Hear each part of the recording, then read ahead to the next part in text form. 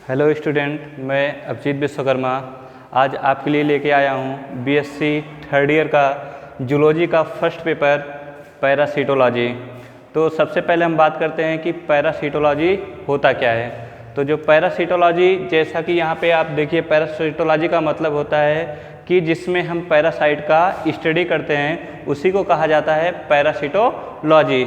जैसे यहाँ पे पैरासीटोलॉजी, लॉजी मतलब लॉगस, सब यह लॉगस शब्द से लिया गया है। इसका मीनिंग्स होता है स्टडी, यानी कि पैरासाइट का जिसमें हम स्टडी करते हैं उसी को कहा जाता है पैरासीटोलॉजी।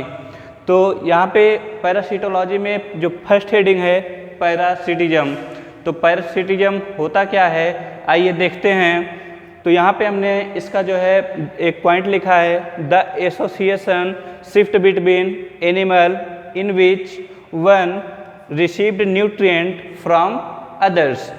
यानी कि दो ऑर्गेनिज्म का जो आपस में जो है रिलेशन होता है, उसमें एक क्या होता है, एक जो है रिसीव्ड, क्या रिसीव्ड करता है, न्यूट्रिएंट को रिसीव्ड करता है। यानी कि दो ऑर्गेनिज्म जो होते हैं उसमें से जो दोनों आपस में जुड़े हुए होते हैं उसमें से एक न्यूट्रिएंट्स को रिसीव्ड करता है उस, और क्या लिखा गया आगे देखिए, वन बिकम बेनिफिटेड, यानी कि जो न्यूट्रिएंट को रिसीव करेगा उसका तो बेनिफिट होगा।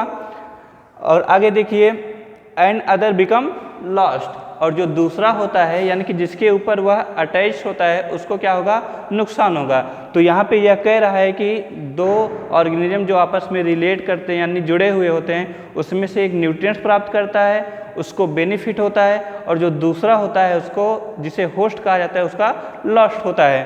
तो आगे देखिए, the organism which becomes benefited are said to parasite. तो हमने बताया कि जिसको बेनिफिट होता है उसको पैरासाइट कहा जाता है। एन अदर इज होस्ट, और जो दूसरा यानी कि जिसको नुकसान होता है उसको होस्ट कहा जाता है। The association shift is called parasitism, यानी कि जो दो ऑर्गेनिज्म का जो है मिलना यानी कि जुड़ना, उसे हम कहते हैं पैरासिटिज्म। तो पैरासिटिज्म यह है कि दो ऑर्गेनिज्म आपस में जुड़ते हैं, एक का जो है बेनिफिट होता है, दूसरे का लॉस होता है, और इन दोनों का आपस में जुड़ना वही कहलाता है पैरासिटिज्म। तो जो ये पैरासाइट होते हैं यह मोस्टली टू टाइप्स के होते हैं। पहला जो होता है वह एक्टोपैरासाइट होता है, और जो दूसरा होता है वह इंडोपैरासाइट होता है। तो इसमें जो पहला, अगर हम पहले की बात करें एक्टोपैरासाइट, तो एक्टोपैरासाइट देखिए क्या होता है, they receive nutrient from external surface of the host called as ectoparasite. यानी कि जब इसमें यह कहा गया है कि यह कोई ऑर्गेनिज्म अगर होस्ट के ऊपरी सतह से अगर न्यूट्रिएंट को अगर प्राप्त करता है तो उसे कहा जाता है एक्टोपैरासाइट। जैसे यहाँ पे हमने एग्जाम्पल दिया है फीमेल मॉस्किटो। जैसा कि आप लोग जानते होंगे कि जो फीमेल मॉस्किटो होता है जब वो हमें बाइट करता है तो हमारे वह एक्सटर्नल सरफेस को बाइट करता है, ना कि वह होस्ट के बॉडी के अंदर पाया जाता है। तो इसलिए जो ऊपरी सतह पे यानी कि होस्ट जो होता है, होस्ट के ऊपरी सतह से जो न्यूट्रिएंट को प्राप्त करेगा उसको कहा जाएगा एक्टोपैरासाइट।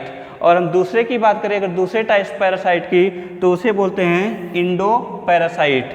तो इंडोपैरासाइट क्या होता है, they receive nutrient inside the body of host called as endoparasite. यानी कि यहाँ पे यह कहा गया है, इस पॉइंट का यह मतलब है कि जो ऑर्गेनिज्म बॉडी के अंदर रहते हैं और वहाँ से अपना न्यूट्रिएंट प्राप्त करते हैं उसको कहा जाता है इंडोपैरासाइट। जैसे यहाँ पे हमने एग्जाम्पल दिया है amoeba, Plasmodium, Trypanosoma, giardia, etc.